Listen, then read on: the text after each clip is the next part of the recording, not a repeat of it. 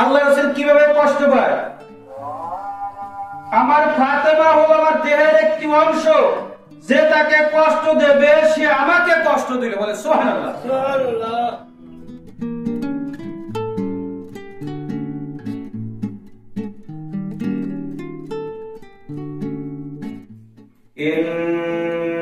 ইন্নাল্লাযীনা ইউযুনাল্লাহা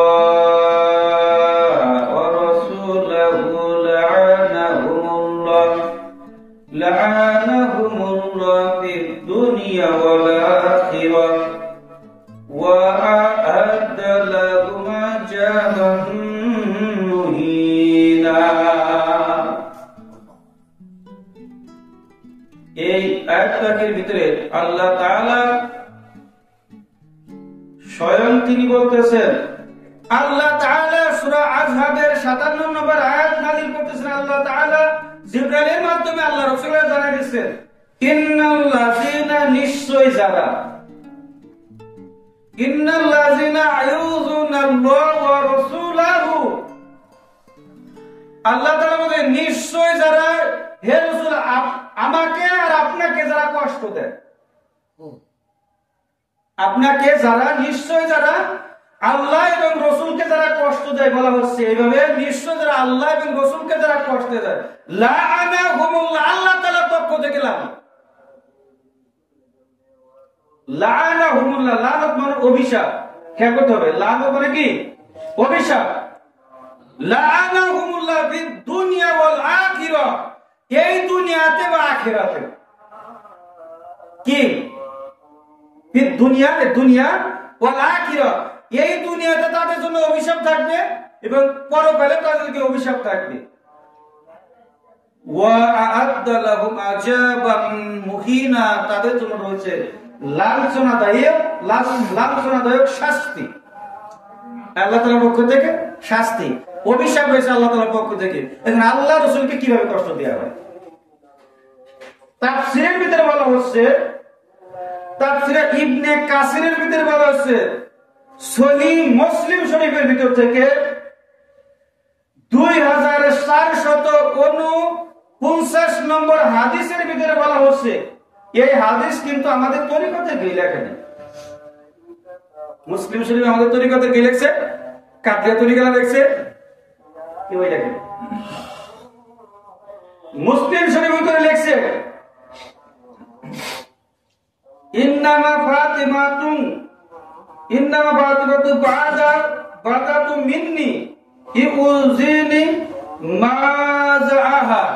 এখানে আপনার মুসলিম শরীফের ভিতরে বলা হচ্ছে ফাতেমা আল্লাহ রাসূলকে উদ্দেশ্য করে একটা তাফসীরের ভিতরে বলতেছে, আল্লাহ রাসূল কিভাবে কষ্ট পায়? আমার ফাতেমা হলো আমার দেহের একটি অংশ, যে তাকে কষ্ট দেবে সে আমাকে কষ্ট দিল। বলে সুবহানাল্লাহ। সুবহানাল্লাহ। ফাতেমা হলো আমার দেহের অংশ, আমার দেহের টুকরা। আমার মেয়ে ফাতেমা হচ্ছে যেমন একজন মেয়ে, এই কুল কায়নাতের ভিতরে সর্বশ্রেষ্ঠ করে আমার মেয়ে ফাতেমাকে তৈরি করা হয়েছে। যে আমার মেয়ে ফাতেমাকে কষ্ট দিল সে আমাকে কষ্ট দিল। এটা দেখেন হাদিস পাঠে সহিহ মুসলিমে বলা হচ্ছে 2449 নম্বর কি হাদিস, তাফসীরের ভিতরে আসছে এগুলা। সূরা আহজাবের 57 নম্বর আয়াতের ভিতরে এই তাফসীরটা আসছে। এর বহুত কিছু লেখছে, তার ভিতরে আমি একটা জিনিস বললাম। এবং তারপরে বলা হচ্ছে মুমিনদেরকে যারা কষ্ট দেয়, এটা আল্লাহ রাসূলকে কষ্ট দেওয়া হয় যারা মুমিনদেরকে কষ্ট দেয়। মুমিনাকে মা খাতুনে জান্নাত আছেন না, মুমিনকে মাওলা আলী আছেন না, হাসান হুসাইন আছেন না, আল্লাহর ওলি আছেন না, আহলে বাইত কি মুমিন না? হ্যাঁ, আহলে বাইত কি মুমিন না? গাউসে পাক মুমিন না? তারা মুমিন, তাদেরকে ভালোবাসলে হবে আমরা হব ঈমানদার, আমাদের ভিতরে ঈমান আসবে। তাদেরকে যদি ভালোবাসলে আমাদের ভিতরে ঈমান পরিপূর্ণতা হবে। দেখেন আল্লাহ তাআলা বলতেছে, আল্লাহ রাসূলের মাধ্যমে বলতেছে, আল্লাহ রাসূল এমন ভাবে বলতেছে যে আপনি নামাজ পড়েন, হজ করেন, যাকাত দেন, রোজা রাখেন, সৎ কাজ করেন, মানুষের সাথে ভালো ব্যবহার করেন, সুন্দর লেবাস পরেন, এগুলো হচ্ছে শরীয়তের আইন। কিন্তু আহলে বাইতকে মহব্বত করলে আপনার এই অন্তর দিল তাজা হবে। শরীয়তের আইন, আহলে বাইতকে মহব্বত করে অন্তর দিল তাজা হবে, আপনাদের ঈমান তাজা হবে, আপনাদের নামাজ, রোজা, হজ, যাকাত, লেবাস সব কবুল হয়ে যাবে তাদের মহব্বত করলে। তাদের মহব্বত করলে নামাজ, রোজা, হজ, যাকাত সব কবুল হবে। ঈমান তাজা করতে হলে, ঈমান মজবুত করতে হলে আহলে বাইতের মহব্বত করতে হবে। আহলে বাইতের মহব্বতের নামই হলো ঈমান। যাদের ঈমান ঠিক রাখবে, আহলে বাইতের মহব্বত করে ঈমান তাজা হবে, তাদের রোজা কাজে লাগবে, তাদের নামাজ কাজে লাগবে, তাদের হজ কাজে লাগবে, তাদের সুন্দর কথা কাজে লাগবে, তাদের লেবাস কাজে লাগবে, তাদের সবকিছু কাজে লাগবে আহলে বাইতের মহব্বত করলে। আহলে বাইতের মহব্বত নাই, সব শেষ, বরবাদ। কি হবে? ওই আপনার পাত্রের মতন হবে, যে পাত্র করে মাছ মারতে গেছেন, মনে করেন দিনভর মাছ মারছে, মাছ মারতে মারতে তৃপ্তি সহকারে মাছ মারছেন, দিন শেষে উঠাই দেখবেন সব কি এইভাবে। ঈমান হচ্ছে আহলে বাইত। ঈমানটা কি? আহলে বাইতের পাত্রের মতন। আপনার কি মজবুত পাত্র হলো আহলে বাইত। আহলে বাইতের মহব্বত হলো পাত্রের মতো, যে পাত্রের ভিতরে যা রাখবেন তাই থাকবে। আপনি আজকে একটু ইবাদত করছেন, ওইটা পাত্রের ভিতরে থেকে গেল, বাড়ানোর সিস্টেম নাই।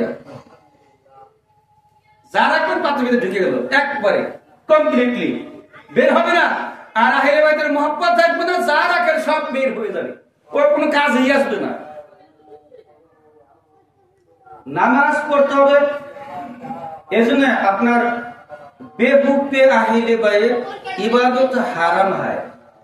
কিতাবের ভিতরে আসছে, আপনার আমাদের কিতাব পাকের ভিতরে আসছে, দেওয়াল পাকের ভিতরে বেহুকে আহলে বাইত ইবাদত হারাম হয়। আহলে বাইতের মহব্বত বিহীন সব ইবাদত হারাম, সব ইবাদতই হারাম। আহলে বাইতের মহব্বত বিহীন সব ইবাদতই হারাম। আপনি যা করে খানদানে মুস্তাফা, খানদানে আহলে বাইত, পাঞ্জাতনে মুস্তাফা, পাঞ্জাতন পাকের মহব্বত রেখে ইবাদত করেন, আপনার সবকিছুই কাজে লাগবে। সবকিছু কি একবারে স্পষ্টভাবে কাজে লেগে যাবে, কোনো কিছু বরবাদ হবে না। দেখেন, তাদেরকে যদি আমরা না ভালোবাসি তাদের কোনো ক্ষতি হবে? কথা বলেন কিন্তু। আপনারা যদি আহলে বাইতকে না বলেন তাদের কোনো ক্ষতি হবে? কিন্তু ধর্ম টিকিয়ে রাখার জন্য আহলে বাইতগণ তাদের জীবনের রক্ত বিলি করে দিয়েছে। এই আল্লাহ রাসূলের ধর্ম টিকিয়ে রাখার জন্য আহলে বাইতগণ, আপনি মা খাতুনের জান্নাতের আওলাদগণ যুগে যুগে জায়গায় জায়গায় নিজের জীবন বিলিয়ে দিয়েছে। শুধু কি আমাদেরকে ইসলাম দেওয়ার জন্য? কিসের জন্য? আমাদেরকে ইসলাম দেওয়ার জন্য। তাদেরকে যদি আমরা ভালো না, তাদের কোনো ক্ষতি হবে? আমাদের ঈমান নষ্ট হবে, আমরা ধ্বংসের ভিতরে পড়ে যাব। আমরা কি ধ্বংসের ভিতরে পড়ে যাব? সূরা কাউসারের ভিতরে আসছে, ইন্না আ'তানাকাল কাউসার ফাসাল্লি লিরাব্বিকা ওয়ানহার ইন্না শানিয়াকা হুয়াল আবতার। এখানে বলা হচ্ছে কি জানেন, যে আপনি যাকাত দেন এবং কুরবানি করেন। আল্লাহ রাসূল মা খাতুনের জান্নাতের উপরে এই সূরাটা নাযিল হয়েছে। কাউসার, কাউসার বলতে কি? ওই আপনার ওই আপনার হাউসে কাউসার। কাউসার বলতে মা খাতুনের জান্নাতকে বলা হয়েছে এখানে। তিনি হচ্ছেন কাউসার, তিনিই কাউসার। নামাজ কায়েম করেন এবং যাকাত করেন, আপনার কি করেন? কুরবানি করেন, যাকাত সব এখানে বলা হয়েছে। কাউসার মা খাতুনের জান্নাত। আল্লাহ রাসূলের দরকার লোক বংশ কি? এখন আল্লাহ বলতেছে, যদি কয় আপনার বংশ দরকার দিয়ে দিলাম একটা কি নদী দিয়ে দিলাম, হয় নাকি? কাউসার মানে একটা পানির একটা নহর বা নদী। ওই হাউসে কাউসার, যাদেরকে তৃষ্ণা লাগবে ওই কাউসার থেকে পানি দিতে পানি তৃষ্ণা হয়ে যাবে। দরকার আল্লাহ রসুলের দরকার কি বংশ, আরবের মানুষ বলতে আল্লাহ রসুলকে আবতার নির্বংশ বলতো, নাউজুবিল্লাহ। আবতার নির্বংশ মানে লেস কথা বলা হতো। এর পরবর্তীতে এই সূরা নাম নাযিল হলো, যারা আমার রাসূলকে আবতার বলে তারাই নির্বংশ। আল্লাহ ঘোষণা করেছে কোরআন পাকের ভিতরে করতেছে। এর পরবর্তীতে আল্লাহ মা কাতরে জান্নাতুল বেরে কাউসার এই সূরা নাযিল করেছে। মা কাতরে জান্নাতুল বেরে নাযিল করেছে। দেখেন যে মা কাতরে জান্নাতুল সালামুল্লাহি আলাইহা তানার বংশ থেকে ইমাম মেহেদী আলাইহিস সালাম আসবে। কিন্তু ভাই ইসলাম ধর্মটা কায়েম করবে কে? মাওলা আলী শেরে খোদা এবং মা খাতুনে জান্নাত সালামুল্লাহি আলাইহা এর বেটা ইমাম মাহদী আলাইহিস সালাম, সুবহানাল্লাহ, 12 ইমামের ইমামের ভিতরে অন্তর্ভুক্ত। তিনি কিন্তু যত বড় জালেম হোক না কেন, পৃথিবীতে যত বড় জালেমদের আসুক, ওই জালেমদের হাত থেকে জালেমকে শেষ করে দিয়ে ইমাম মেহেদী আলাইহিস সালাম ইসলাম ধর্ম এই পৃথিবীর ভিতরে প্রতিষ্ঠা করবে কে? ইমাম মেহেদী মা খাতুনে জান্নাত সালামুল্লাহি আলাইহা এই মাওলা আলী শেরে খোদার বংশ থেকে আসবে এবং তার জন্মও হয়ে গেছে। ইমাম মেহেদীর জন্ম হয়েছে বহুত আগে, 255 হিজরিতে তিনি জন্মগ্রহণ করছেন। তার বাবার নাম ছিল ইমাম আশকারী আলাইহিস সালাম, 11তম ইমাম। তিনি অদৃশ্য অবস্থায় রয়েছে বর্তমান পৃথিবীতে।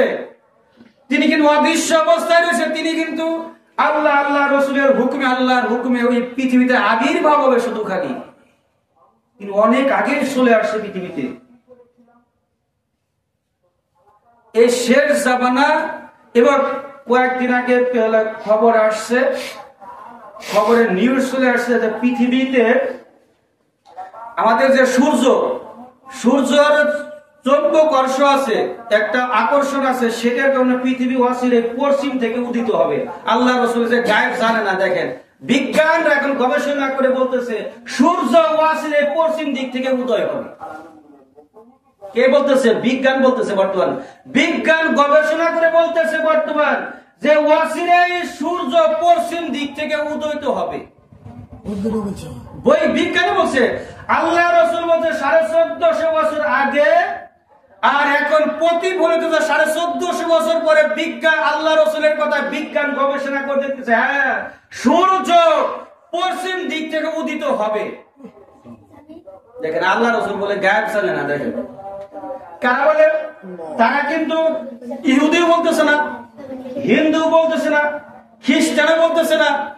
ইহুদি নাসারা খ্রিস্টান বৌদ্ধ কেউই বলে না, কিন্তু এক দাড়ি লেবাসদারি আলেমে বলে আল্লাহ রাসূল কোনো গায়েব জানে না। কথাটা ভুল বললাম? হ্যাঁ, তো দেখেন আমরা ইসলাম ধর্ম গ্রহণ করলাম, নামাজ পড়লাম, রোজা রাখলাম, সব রাখলাম, কিন্তু আমরা একজন আলেম হয়ে আর একজন আলেমদেরকে আমরা আমাদের কি দিতে হয়? দলিল দিতে হয়। খেয়াল করছেন? সেও আলেম, আমিও আলেম। তার সাথে কথা বলতে হলে আমাকে দলিল দিয়ে কথা। আমার কিন্তু একজন হিন্দু কোশ্চেন করতেছে না, অ্যান্সার কিন্তু একজন হিন্দুকে দিতে হবে না, বৌদ্ধকে দিতে হবে না, খ্রিস্টানকে দিতে হবে না, কিন্তু একজন কোশ্চেন করতেছে কে? একজন মুসলমান আলেম হয়ে, আর প্রশ্নের অ্যান্সার দিতে হচ্ছে আর একজন আলেম দিচ্ছে। দেখেন অবস্থা কি? সেও মুসলমান, আমিও মুসলমান, সেও আলেম, আমরাও আলেম, কিন্তু প্রশ্ন উত্তর দিয়ে আরেকজন আলেমকে দিতে হচ্ছে। এটা এর জন্য আল্লাহ রাসূলের যে গায়েব সেটা যারা বিশ্বাস করেন তাদের ঈমানের ব্যাপার, যারা বিশ্বাস করে না তাদের ঈমানের ব্যাপার, তাদের ঈমান নাই। ঈমান বলতে ঈমান এমন যাওয়া গেছে যে আল্লাহ রাসূলের উপরে তারা লাগাই দেয়। আল্লাহ রাসূল সাল্লাল্লাহু আলাইহি সাল্লামের উপরে ফটো লাগাই দিচ্ছে বর্তমানে এক শ্রেণীর আলেম ওলামা। যে রাসূল আমাদের জন্য উহুদের ময়দানে ইসলাম ধর্ম প্রতিষ্ঠা করার জন্য তিনি মার খাইলেন। কি খাইলেন? মার খাইছেন না? উহুদের ময়দানে দাঁত ভেঙে গেছে না? হ্যাঁ, উহুদের ময়দানে রাসূল আকরাম সাল্লাল্লাহু আলাইহি ওয়াসাল্লাম উহুদের ময়দানে আমাদের জন্য মার খেয়েছেন। তারা দান্দান মুবারক শাহাদাত বরণ করেছে। একমাত্র ইসলাম ধর্ম প্রতিষ্ঠা করার জন্য যে রাসূল আমাদের জন্য কুরআনুল কারীম আল্লাহ তাআলা আমাদের রাসূলের উপর দিয়েছে, আল্লাহ রাসূলের কাছে কুরআনুল কারীম দিয়েছে, আমাদের জন্য রোজা এনেছে, আমাদের জন্য হজ এনেছে, আমাদের জন্য যাকাত এনেছে, আমাদের জন্য নামাজ রোজা হজ যাকাত সবকিছু আমাদের জন্য এনেছে। সেই রাসূলের উপরে আমরা আজকে ফতোয়া জারি করতেছি। আমরা কেমন মানুষ দেখছেন, খেয়াল করছেন? আমরা কতক্ষণে আমাদের ভিতরে এলেম ঢুকলে কত দূর এলেম দাঁড় হইলে আল্লাহ রসুলের উপরে ফতোয়া লাগাই দেয়া যায়। ফতোয়া লাগাই দেয়া যায়। ফতোয়া বলতে এমন ফতোয়া বড় বড় ইউটিউবের ভিতরে সার্চ দিলে এমন বড় বড় জবরদস্তি আলেম ওলামা আসে, তারাই বলতেছে। একজন আলেম বলতেছে, কয়েকদিন আগেই দেখলাম যে আল্লাহ রসুল 40 বছর বয়সী একজন বিধবা রমণী বিধবাকে আল্লাহ রসুল বিবাহ করলেন। তার বয়স ছিল 25। বলেন বিধবা সন্তান আদি সহ বিয়ে করলেন। আদবের সহিত কথা আদব মাধুর্য আছে। তিনি বলছে আল্লাহ রসুলকে ফতোয়া লাগাইতেছে, একজন 40 বছর বুড়িকে বিবাহ করলেন। এভাবে বলতেছে, চিন্তা করা যায়? এভাবে আল্লাহ রসুলকে বলা যায়? 40 বছরের বুড়িকে আল্লাহ রসুল বিবাহ করলেন, 25 বছরের যুবক হয়ে। তিনি বলতেছেন, তিনি এই কথাটাই বুঝে আল্লাহ রসুল লোভী ছিল। বলেন নাউযুবিল্লাহ। তিনি এইভাবেই বোঝানোর চেষ্টা করতেছিল যে খাদিজাতুল কুবরা অনেক ধনত্বশালী ছিল। হ্যাঁ, তিনি এইভাবে বলতে আল্লাহ রসুল ওনার কথার ভাষ্য বুঝে আল্লাহ রসুল লোভী ছিল। নাউযুবিল্লাহ। তারপরে আল্লাহ রসুল 40 বছর বয়সের ওই মহিলা কিসের জন্য বিবাহ করবেন? যদি ওই এলেম যদি আল্লাহ রসুলের উপর ফতোয়া দেয়, এলেমের কোনো প্রয়োজন আছে? কর শোনেন, আল্লাহ রসুল সাল্লাল্লাহু আলাইহি ওয়াসাল্লাম একখানা হাদিস বলেছে, ওই সাহাবাদের মৃত্যুর আগে বলে গিয়েছে, তার আগে কোনোদিনও বলেন নাই কারো কাছে। অনেক আল্লাহ রসুল যেদিনকে হাদিস খানা বলছেন, আল্লাহ রসুল বলতেছেন, ওই সাহাবার সামনে বললেন, শোনো, যে আমার যে কালেমা যে নিয়ে এসেছি, লা ইলাহা ইল্লাল্লাহ মুহাম্মাদুর রাসূলুল্লাহ, যে আদবের সহিত যে আমার কালেমাটা পড়বে, যে আমার কালেমাটা একবার আদবের সহিত পড়েছে, যে আমি যে কালেমা নিয়ে আসি, লা ইলাহা ইল্লাল্লাহ মুহাম্মাদুর রাসূলুল্লাহ, যে আমার এই কালেমাটা যে আদব সহিত পড়বে, আদবের সহিত যে পড়বে, সে যদি মৃত্যুবরণ করে তাকেও আমি কি শাফায়াত করব। কিন্তু এখানে নামাজ লাগাই নাই, রোজা ওলা, কিন্তু নামাজ রোজা আল্লাহ রাসূল না করতেছে না। কিন্তু এই হাদিসের ভিতরে নামাজের কথা আসে নাই, রোজার কথা আসে নাই, হজ যাকাত কোনো কিছুর কথা আসে না। যদি কোনো ব্যক্তি যে আদবের সহিত যদি কালেমাটা পড়ে, তাকে আমি শাফায়াত করব। আল্লাহ রাসূল এমন একটা কথা বলছে, মুসলিম শরীফ আপনার মিশকাত শরীফের হাদিস, এটা আদবে সে যে ব্যক্তি করবে। আর যদি আমার আদবই না থাকে লাভ কি? কত কিছু বললাম, কিন্তু আল্লাহ ফটো লাগাতে লাভ নাই। তো ইমান আমল সবকিছু চলে যাবে, ধ্বংস হয়ে যাবে।